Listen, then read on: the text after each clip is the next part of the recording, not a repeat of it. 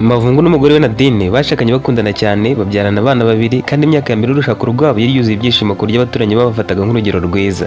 Mavungu ari umugabo ukora cyane, akunda umugore we, agataha kare, akicarana n'abana bakabafasha kwiga, akaganira n'umugore we kugeza ijoro rigoye. Ariko uko imyaka yagiye ishira, yinjiye mu ngeso yo kunywa inzoga buhoro buhoro.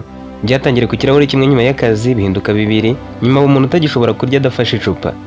Hashize imyaka mike, inzoga zahindutse umutware w'ubuzima bwe. Yazindukaga ajya kunywa, agataha yasinze, ndetse akaba n'iminsi yanywaga kugeza bukeye. Amafaranga yinjizaga ntiyageraga mu rugo, ahubwo yarangiriraga mu tubari. Iyo asubiraga mu rugo nijoro, wasangaga atuka umugore we, akamubwira amagambo amukomeretsa, rimwe na rimwe akamukangisha kumwirukana mu nzu. Nubwo yamaraga gusinzira, bwacyaga atanibuka ibyo yavuze nijoro. Abana be batangiye kumwisha mu gihe bumvaga ijwi rye ku irembo. Nadine yagerageje uburyo bwose yashoboraga gutekereza ariko biranga. Yaramwinginze, ararira, amusaba kwibuka abana babo, amujyana ku bashumba ngo bamusengere, ajya kumuregera ababyeyi n'abavandimwe, inshuti ze ziramuganiriza, aba nubwo amutera ubwoba amubwira ko azamusiga wenyine, ariko byose bifata ubusa. Uko abantu barushagaho kumugira inama, niko yarushagaho kunywa. Uko iminsi yagendaga ishira, Nadine yarushagaho kurara arira buri joro, yibaza niba hari umunsi umugabo azongera kuba umuntu mwiza yashatse, cyangwa niba ubuzima bwe bwose buzarangira mu marira no kubana n'umuntu inzoga zatwaye umutima. Nadine yaramaze kugera aho yumva ko nta muntu n'umwe washoboraga kumufasha. Buri munsi yavaga mu rugo ajya ku kazi, akagenda aseka kugira ngo abantu batamenya ibimurya umutima. Iyo yabaga ari kumwe n'abandi bagore, bumvaga afite amahoro kuko atigeraga ababwira ibibazo byo mu rugo rwe. Ariko iyo ijoro ryageraga, yumvaga umutima waremerewe kurusha mbere. Hari igihe Mavungu atahaga yasinze bikabije, agakomanga ku rugi akoresheje ibipfunsi n'amaguru, abana bagisha munsi y'ibitanda batitira, Nadine agakingura afite ubwoba ko abaturanyi bongera kubyuka. Yinjiraga atabasha no kugenda neza, atanga icupa mu ntoki, ubundi agatangira gutuka umugore amushinja ko ari we wamugize umuntu mubi. Iyo umugore amusabaga gutuza kubera abana, umugabo yarushagaho kurakara akavuga ati niwe utuma bansuzugura. Ubwo ngubwo rimwe na rimwe yarabadukiraga akabakubita. Igitangaje yabyukaga yibagiwe ibyabaye byose. Umutwe waramenekaga, agasaba amazi menshi, akicecekera nkaho nta cyabaye, hanyuma nimugoroba ukongera ugasanga yicaye muri ka kabari, ka kandi yari arimo n'ubundi ako yamaragamo amasaha menshi. Ubuzima bwari bwarabaye uruziga rutagira iherezo. Nadine yagize atangira gutekereza ibintu atigeze atekereza mbere. Ijoro rimwe yicaye mu gikoni ari wenyine, abana baryamye, afata impapuro atangira kubara amafaranga yari amaze gutakaza kubera inzoga umugabo we yanywaga ntiyishyure, akajya kumwishyurira amadeni ari we. Yibutse amafaranga y'ishuri abana bari barakerewe kwishyura, ibikoresho byo mu nzu byari byaragurishijwe, imyenda yari yarapfushijwe ubusa, n'amadeni yari amaze kwiyongera. Arahagarara afata izo mpapuro arazishwanyaguza. Yarivugishije ati ikibazo si amafaranga, ikibazo nuko ndi kubura umugabo nkiri kumwe nawe. Hashize iminsi mike, ku wa gatandatu nyuma ya saa sita, Nadine yinjiye mu isomero rito ryari hafi y'aho yakoreraga. Yari yagiye gushaka igitabo kivuga ku businzi. Mu by'ukuri yari yagiye gushaka igitabo cyamufasha guhangana n'agahinda ke no kwiheba yari amaze kugira. Mu gihe yari arimo kureba ku rukuta rumwe, igitabo cyari hejuru y'ibindi cyaranyerekegwa hasi. Yarakyeguye, abona umutwe wacyo uri mu magambo make agira ati uko wafasha uwo ukunda kuva mu bubata bw'ibiyobyabwenge bidasabye kumurwanya. Yaratunguwe kuko cyahuzaga n'ikibazo yari afite mu rugo. Yarakirambuye aribwira ati ndasomye byinshi, nagerageje byinshi, iki nacyo buriya wasanga kiraba nk'ibindi. Ariko kugisubiza mu kabati, yicaye ku ntebe yari hafi y'idirishya atangira kugisoma afite amatsiko, adafite icyizere na gito ko hari ikintu gishya kiri bumubwire. Yageze ku mapaji ya mbere yanditseho interuro ebyiri gusa, ariko umwanditsi yari yararambuye izo nteruro yagije, yarashyizemo ibisobanuro birambuye imbere. Izo nteruro hari handitsemo ko ari zahinduye ubuzima bw'imiryango myinshi kurusha inama ndende abantu bahoraga batanga. Nadine yahise afunga igitabo akanya gato, areba hanze mu kirahure cy'idirishya arivugisha ati oya, ibi biroroshye cyane. Niba koko ari uko bimeze, kuki nta muntu n'umwe wigeze abimbwira? Yongeye kukirambura atangira kugisoma ijambo ku rindi, umutima utangira kugira icyizere. Nadine yacengeye muri icyo gitabo nk'umuntu wari uri kunywa amazi nyuma yo kumara igihe kinini ari ku zuba ryo mu butayu. Nta masezerano n'ibitangaza yari arimo, kandi ntabwo igitabo cyavuga ko umuntu usinda yahinduka mu ijoro rimwe. Ahubwo umwanditsi yatangiye asobanura impamvu abantu benshi bananirwa gufasha ababaswe n'inzoga. Yari yaranditse ati abantu benshi bagerageza guhindura imyitwarire y'umusinzi aho kubanza gusobanukirwa icyo inzoga ziri kumusimburira mu mutima we. Nadine yahise ahagarara, yongera gusoma iyo nteruro inshuro nyinshi. Mu myaka yose yari ishize, yari yarahanganye n'icupa, ariko ntiyari yarigeze atekereza guhangana n'ikiryo cupa ryari rihishe. Yakomeje gusoma. Umwanditsi yari yaranditse ko ubushakashatsi bw'abahanga mu mitekerereze y'abantu bwerekanye ko umuntu batwa n'inzoga akenshi aba atazinywa kubera ko akunda inzoga ubwazo, ahubwo ko aba azikoresha nk'ubuhungiro bw'ikintu kiba kiri kumurya imbere mu mutima, wenda nk'umunaniro ukabije, ipfunwe, intimba, intonganya, kwiheba, igitutu cyangwa kumva ko nta gaciro afite. Mu gihe ushaka kumufasha, n'ubu ukwiriye gutangira umurwanya. Utangira ushaka kumenya icyo ari guhongera mu nzoga. Nanone hari igihe umugabo atabona amahoro mu rugo cyangwa se atabona umuntu baganira ngo bahuze mu kabari, ukaba usanga ari akura abagabo baganira bagahuza bakungurana ibitekerezo. Icyo kintu rero abasanzeyo nicyo umuntu aba akwiriye gutekerezaho. Ese abahunze mu rugo cyangwa bagiye gushakira mu kabari ibyo atabona mu rugo rwe? Nadine yihatiye kwibuka uko Mavungu yari ameze mbere y'uko atangira kunywa. Yari umugabo useka cyane, ukunda gucuranga no gutemberana n'abana be. None se ni ryari ibyo byari byaratangiye kugabanuka? Niki cyari cyarabanje guhinduka? Umwanditsi yahise atangira igice cya mbere cy'ibanga rye. Mu nteruro imwe, akantu ka mbere kafasha umuntu gucika ku nzoga yakavuze muri aya magambo: ntukarwanye umuntu, rwana n'ikibazo. Yasobanuye ko uyu muryango wose uhora ubwira umusinzi ko ari umusinzi, ko yangiza ubuzima bwe, kandi ko ari umunebwe cyangwa se ko ari umugabo mubi, uwo muntu agenda arushaho kwiyanga. Iyo amaze kwiyanga, arushaho gushaka ikintu kimwibagiza uwo ari we, maze akongera gufata icupa. Bityo amagambo yo kumukira buri munsi aba ari kurushaho kumusunikira hahandi washakaga kumukura. Umwanditsi yaranditse ati: ntugashyire umuntu mu mwanya w'umwanzi wawe. Umwanzi wawe ni ubusinzi, si umugabo wawe. Nadine yafunze igitabo akanya gato, yibuka amagambo yari amaze imyaka abwira Mavungu. Yaramubwiraga ati: uri umusinzi, ntacyo ukimaze, abana barakwanze, nzagusiga nigendere. Buri munsi yahoraga arwana nawe, kurwana n'ikimurimo. Ako kanya yatekereje ko ashobora kuba yarakoze amakosa atabizi. Ntiyumvisemo icyaha, ariko yumvise ko hari ikintu gishya atigeze atekereza. Yongeye gufungura igitabo. Umwanditsi yari yaranditse ati: hari abantu bahindurwa no guhanwa, ariko abantu benshi babatwa n'inzoga bahindurwa no kongera kwibutswa uwo bahoze bari bo mbere y'uko inzoga zimubambura. Wa muntu yahoze ari we mbere y'uko inzoga zimutwara, ubanza kumumwibutsa akamumenya. Nadine yazinze amarira mu maso. Mu by'ukuri imyaka myinshi yari ishize atarabwira Mavungu ijambo na rimwe ryiza. Iyo yabaga atashye, yabonaga icupa mbere yo kubona umugabo. Yari yariyibagije ko uwo muntu yigeze kuba umugabo mwiza yakunze akamushaka. Yafunze igitabo agishyira ku mutima we, maze aravuga ati: Mana, niba ari ukuri ndashaka kugerageza. Ndumva nta kindi nsigaranye. Ariko ntiyarazi ko iryo ryari ibanga rya mbere gusa. Hari hasigaye irya kabiri, kandi umwanditsi yari yaranditse ko ari ryo ryahinduraga imitima y'abantu benshi bibwiraga ko itazigera ihinduka. Nadine yahise ahindukira ajya ku rupapuro rukurikiyeho, kuko yumvaga hari yatangiye gukanguka.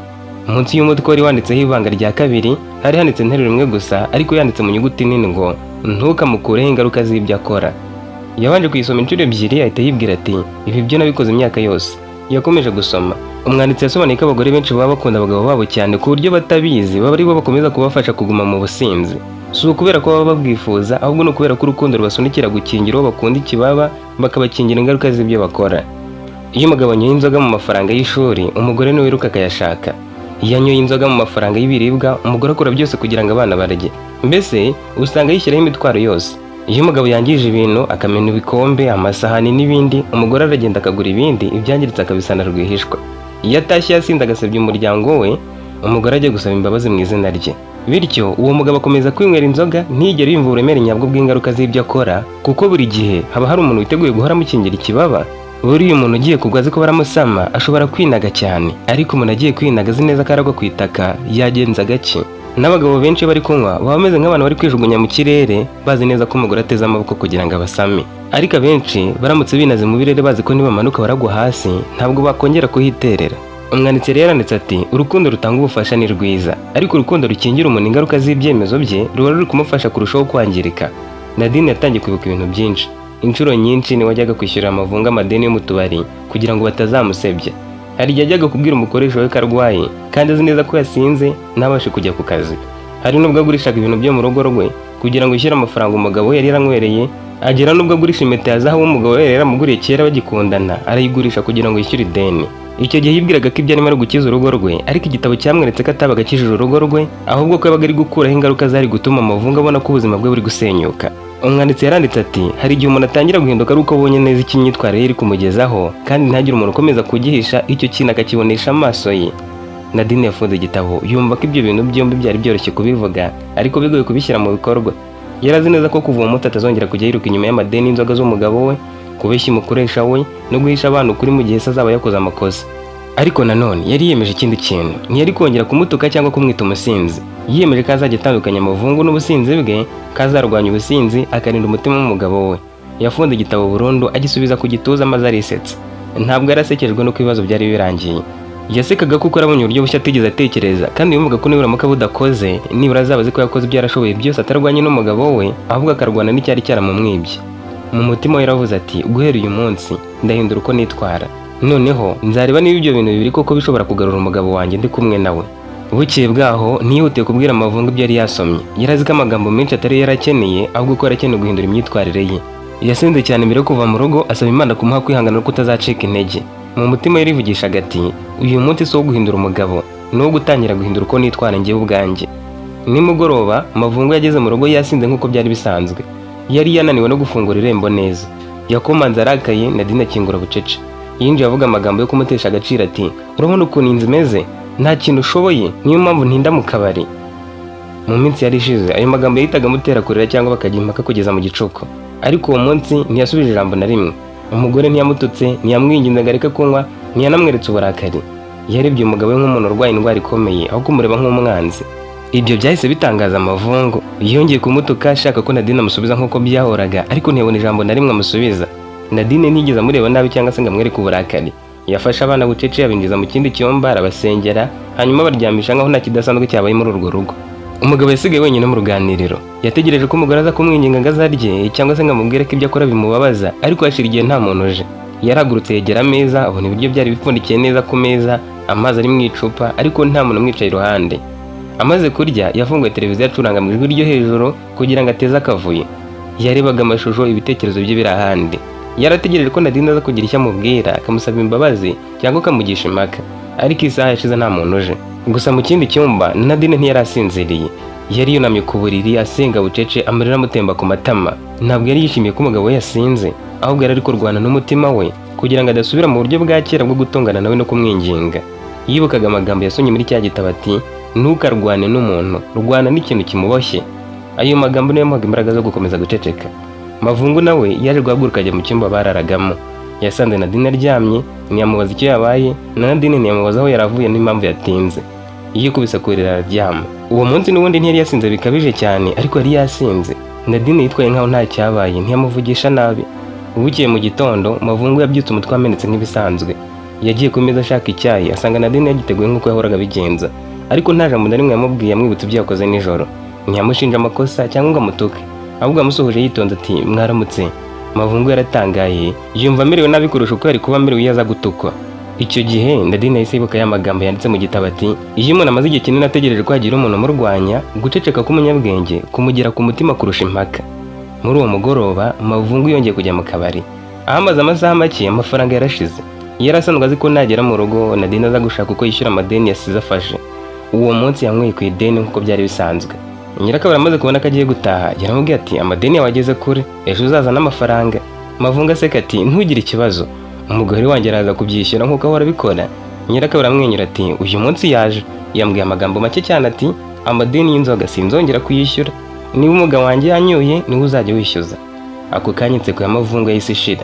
Yarebye Nyirakabari asa n'utabyumva neza, aramubaza ati ese kuko niko yavuze? Nawe ati niko yavuze da, yavuze ko atazongera kwishyura amadeni atafashe. Mavungu yasohotse mu kabari arakaye. Mu nzira yose yagendaga asubiramo ayo magambo ya Nyirakabari ati amadeni y'inzoga sinzongera kwishyura. Yarivugishaga ati uyu mugore yibonyemo iki?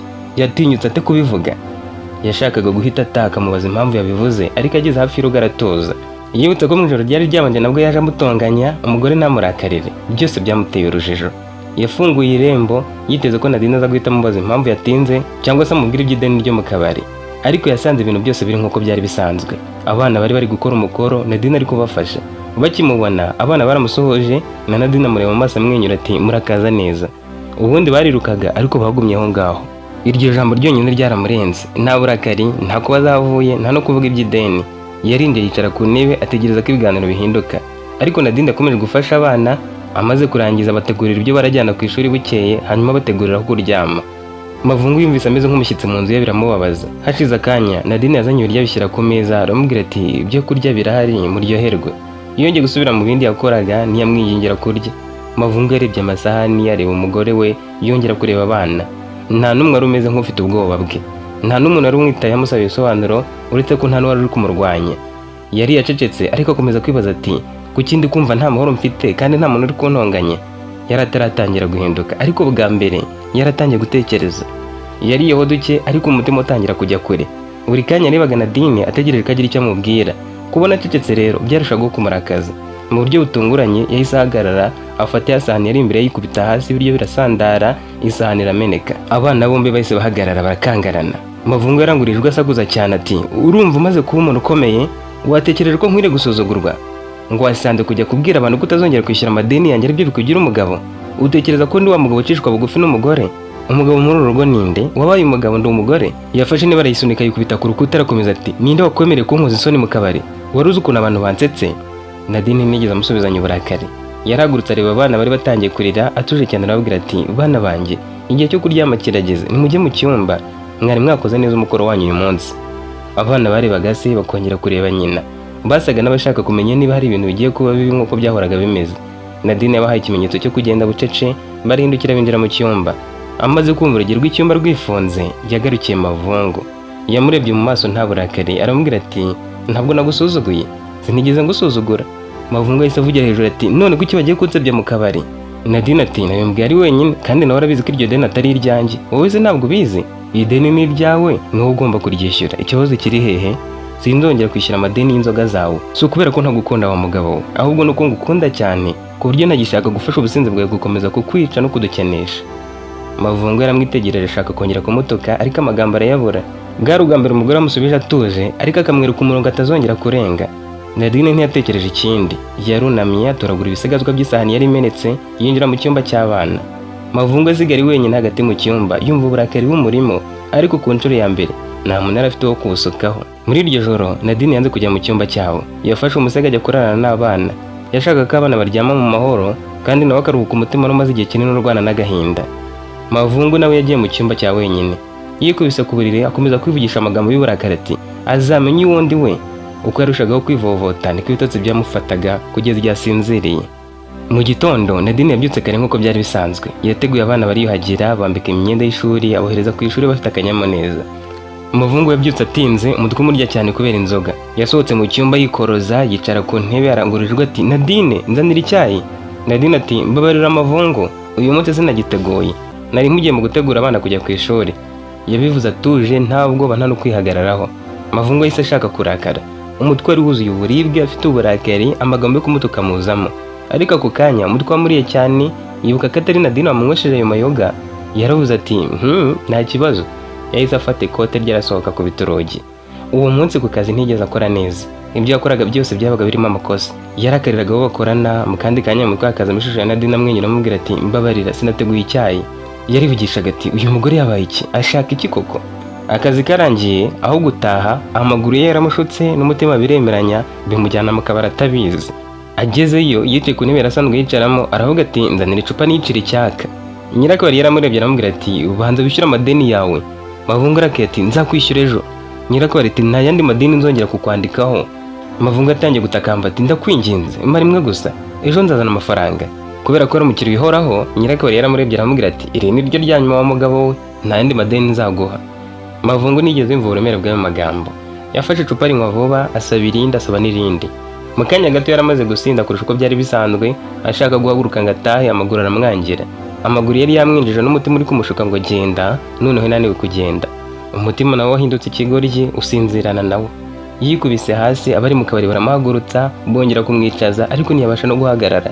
Nyirakabari yahise afata telefone ahamagara umugore ati Nadine umugabo wawe yasinze cyane ntashoboye gutaha, ngwino mu cyore.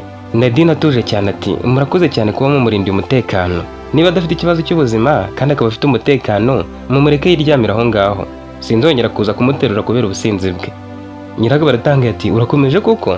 Nadine ati ndabyizeye neza, nzi neza ko muramurinda, murakoze ahubwo kuba mutamuretse ngo abe yakora impanuka, nimumureke aryame. Kubera ko batashaka ko agira ikibazo bamujyanye mu cyumba gito cyari inyuma y'akabari bamuryamisha mu ntebe. Ubukiye kare Mavungu yafunguye amaso yibona ku ntebe, umutwe wari wamenetse, imyenda yuzuye umwanda, umunwa wumye. Yitegereje aho aryamye abona atahazi, yahise yicara yikanze aravuga ati ninde wanzanye hano? Nyirakabari yari ari hafi aramwegera ati ejo waguye mu kabari, nta muntu n'umwe ari kwemera kukureka ngo utahe wenyine, twaguhamagariye umugore wawe. Mavungu yahise amuca mu ijambo ati none kuki ataje? Yaje byagenze bite?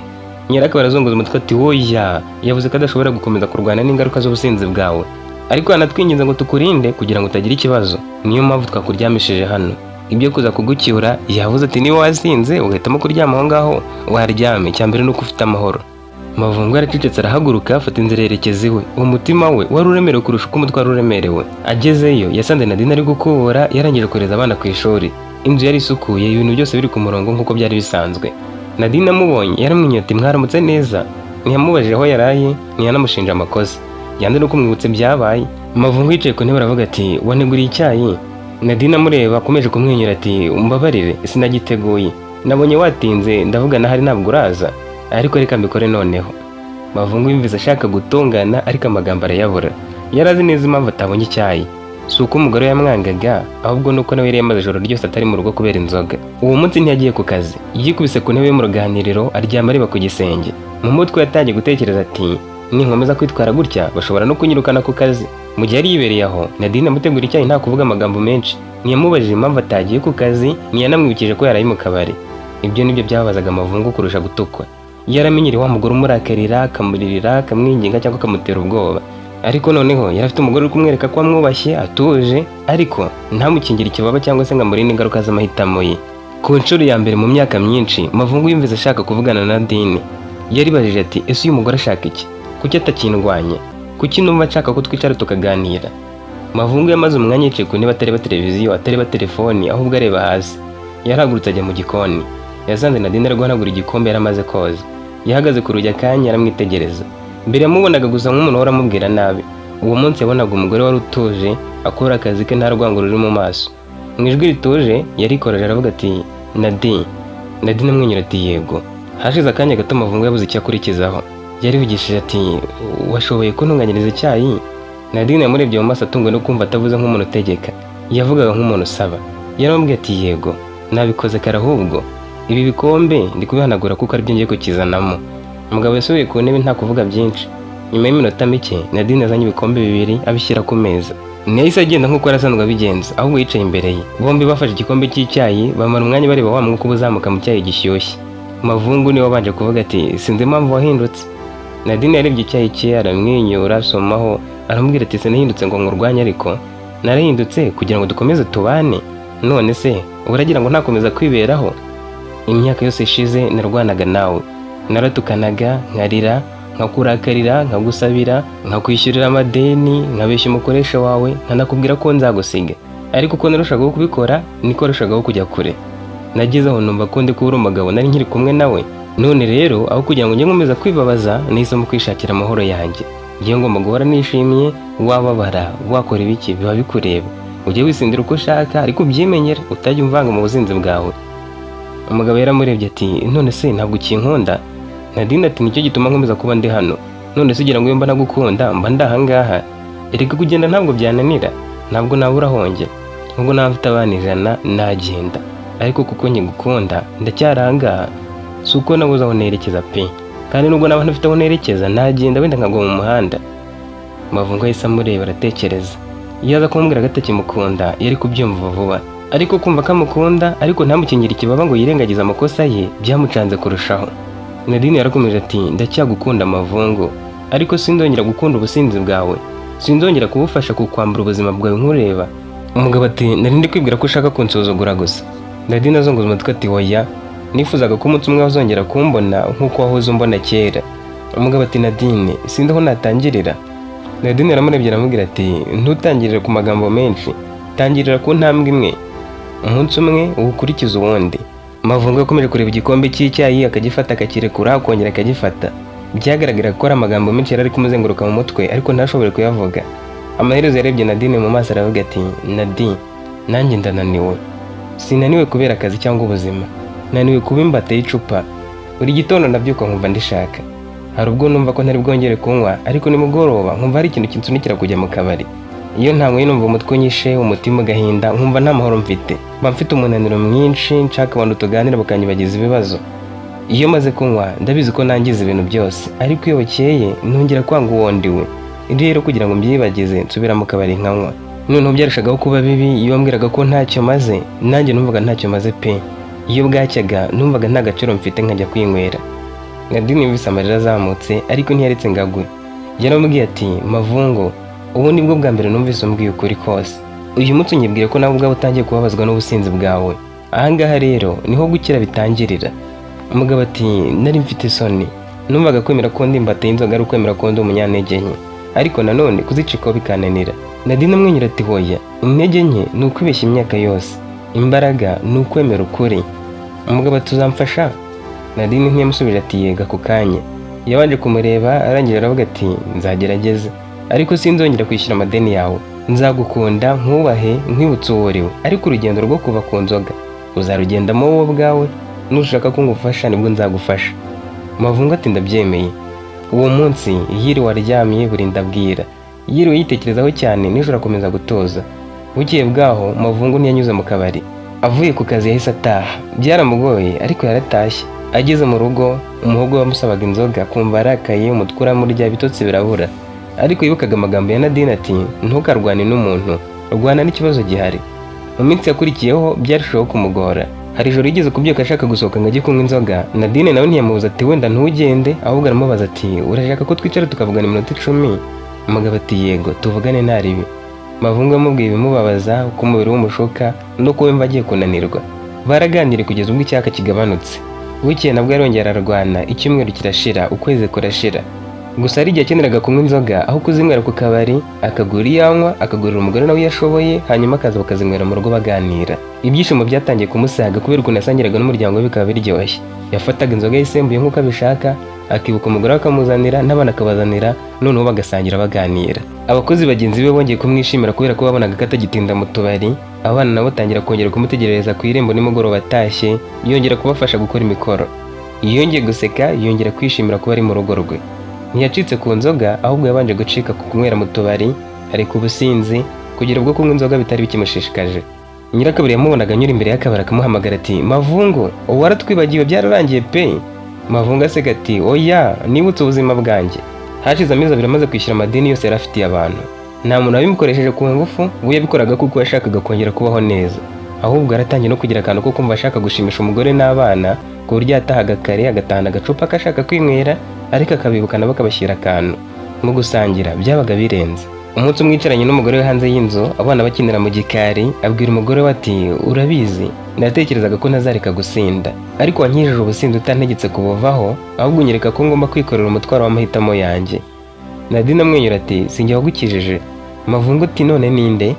Nawe ati ni wowe wafashe icyemezo. Njye nakoze iby'urukundo nyarago rukora, sinakwanze ariko sinakomeje gutiza umurindi ubusinzi bwawe. Mavungu yarebye abana be, amarira amwuzura mu maso. Yaravuze ati nari ndi muzima ariko meze nk'uwapfuye. Uyu munsi nibwo nongeye kuba se w'abana banjye, kandi nkongera kuba umugabo wawe. Binteye ishema rwose. Kuva uwo munsi Mavungu ntiyongeye gusubira mu businzi. Abaturanyi batangajwe no kubona yarahindutse burundu. Bamwe bibwiraga ko hari umuvuzi ukomeye yabonye, abandi bagakeka ko hari ibitangaza byabaye. Ariko Nadine yarazi ibanga ryahinduye urugo rwe. Yari yarahisemo kutarwana n'umugabo we, ahubwo akarwana n'ubusinzi bwari bwaramumunyaze. Kandi Mavungu nawe yaje gusobanukirwa ko umunsi umuntu yemeye guhangana n'ikibazo cye aho guhora ashinja abandi, uwo munsi aribwo urugendo rwo gukira rutangira. Hari igihe urukundo nyarwo rutaba rwo kurinda uwo ukunda ingaruka z'amakosa ye, ahubwo rukamufasha kuzibona no gufata icyemezo cyo guhinduka. Ariko kandi siko buri gihe umuntu wabaswe n'inzoga ahinduka akurikije ubu buryo bwonyine. Hari ababa bakeneye gusengerwa, abakenera ubufasha bw'umuryango, ubujyanama bw'abahanga, cyangwa se akaba akeneye ubuvuzi. Niba wowe cyangwa ukunda mubangamiwe n'ubusinzi, ntimuzatinye gushaka ubufasha. Intambwe ya mbere yo gukira ni ukwemera ko ikibazo gihari, iya kabiri ikaba gushaka ubufasha bukwiriye. Nibyo koko urukundo rushobora gutanga imbaraga zo guhinduka, ariko guhinduka nyako bitangirira ku cyemezo gifatwa n'umuntu bireba. Sinavuga ngo ibingibi nibyo byonyine bishobora gufasha umugabo wawe gucika ku nzoga niba koko yarabaswe nazo, cyangwa se umukunzi wawe cyangwa undi muntu uwo ari we wese, ariko nanone bishobora kumufasha. Ibyamufasha ni byinshi nk'uko nabivuze haruguru.